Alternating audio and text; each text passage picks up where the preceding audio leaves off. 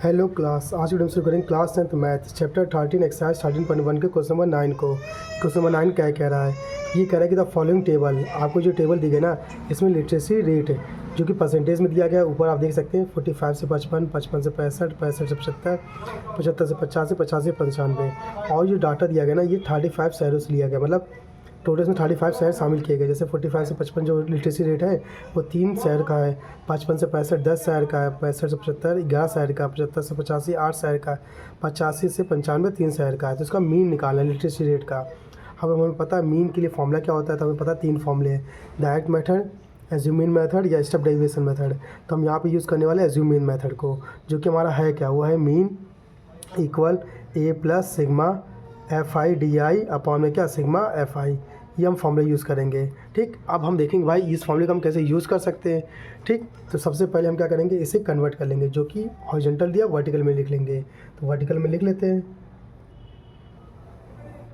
इस जैसा कुछ बॉक्स बना लेंगे। ठीक ना, अब आप नोटिस करेंगे भाई यहाँ पे हमारा क्या आएगा, क्लास इंटरवल आएगा।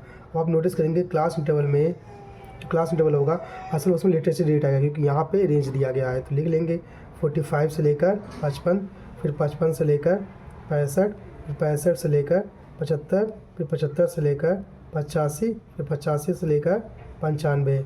वहीं नंबर ऑफ़ सिटीज़ की बात करें जो कि फ्रिक्वेंसी के फॉर्म में दिया है, तो लिख लेंगे, इसे एफ आई मानेंगे और लिख लेंगे पूरा 3 10 11 8 3।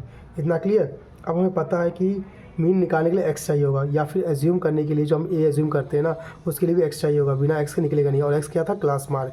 तो निकालते कैसे, लोअर और अपर को जोड़ के 2 से डिवाइड, तो दोनों जोड़ेंगे तो 100 आएगा, 100 को 2 से डिवाइड कितना आएगा, 50 आ जाएगा। सेम हम देखेंगे भाई इन सब में गैपिंग सेम सेप की है, तो सिंपली कुछ करना नहीं है हमको, बस वही जो गैपिंग है ऐड करते जाएगा, आपको सारे नंबर मिल जाएंगे। तो 50 के बाद क्या आएगा 60, क्योंकि 10 की गैपिंग है, फिर 10 की गैपिंग 70, फिर 80, फिर 90। ये आपकी आ गई एक्स आई आ गया। आगे ना अब इसमें एज्यूम करना है ए हमारे क्या होगा, बीच का नंबर जो कि 70 है, तो हम कह सकते हैं ए हमारा कितना है, 70 है। इतना क्लियर। तो आपने एज्यूम कर लिया ए को, अब हमें निकालना है क्या, डी। हाँ क्या ना, क्योंकि डी निकालेंगे तब तो एफ आई डी आई निकालेंगे, तो डी आई निकालेंगे तो डी कैसे निकलेगा, एक्स माइनस ए करके।